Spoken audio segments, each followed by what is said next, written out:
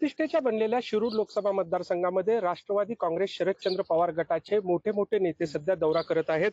सध्या रोहित पाटील शिरूरच्या दौऱ्यावर आहेत. भोसरी परिसरामध्ये त्यांनी अनेक नेत्यांच्या भेटीगाठी घेतलेल्या आहेत. नेमकी परिस्थिती काय आहे ते या लोकसभा निवडणुकीकडे कशा पद्धतीने पाहतायत त्यांच्याकडूनच जाणून घेऊया.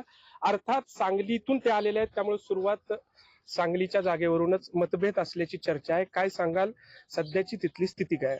मला असं वाटत नाही आमच्यामध्ये मतभेदात. आज महाविकास आघाडीची बैठक आहे. महाविकास आघाडीच्या बैठकीमध्ये सकारात्मक पद्धतीने लोकांचं, सर्वसामान्य मतदारांचं मत लक्षामध्ये घेऊन निर्णय होईल अशी अपेक्षा आम्हाला सर्वांना आहे. आणि जो काही महाविकास आघाडीचा उमेदवार आम्हाला दिला जाईल त्याचं ताकदीनं आम्ही सगळे मिळून काम करू. तुमची स्वतःची काय इच्छा आहे? कोणत्या पाटलांना त्या ठिकाणी तिकीट मिळावं असं तुम्हाला स्वतःला वाटतं? एक विषय असा आहे की ही उमेदवारी किंवा ही निवडणूक पुन्हा एका व्यक्तीची नसून आता विचारधारेच्या माध्यमातून आपल्याला लोकांसमोर जायचं आहे.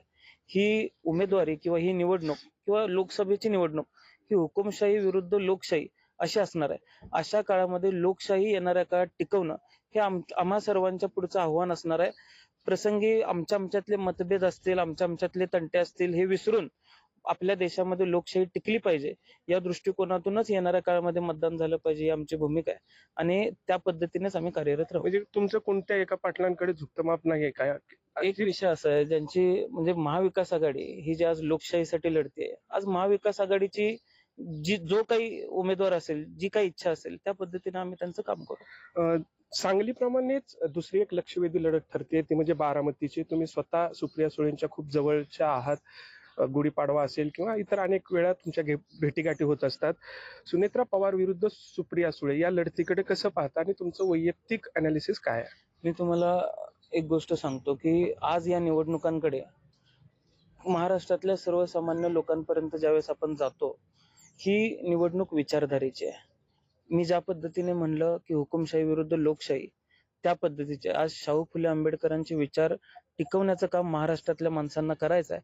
आणि ते टिकवण्याचा निर्धार महाराष्ट्रातल्या माणसांनी केलेला आहे असं मला लोकांशी बोलल्यानंतर कळतंय.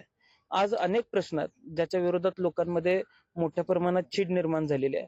चांगल्या चांगल्या कंपन्या आपल्या महाराष्ट्रातून इतर कुठल्या तरी राज्यात जात आहेत. बेरोजगारी वाढत चाललेली आहे. शेतीमालाला भाव मिळत नाही. शेतकऱ्यांना आंदोलनं करावी लागतात. आंदोलनं करून दखल घेतली जात नाहीत.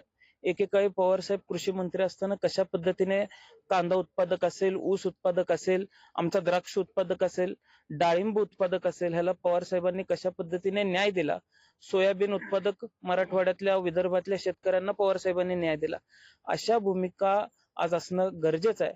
आणि कुठेतरी असलेल्या सत्तेविरुद्ध लोकांचा राग आहे, रोष आहे. आणि ही निवडणूक त्या मुद्द्यांवरती होईल.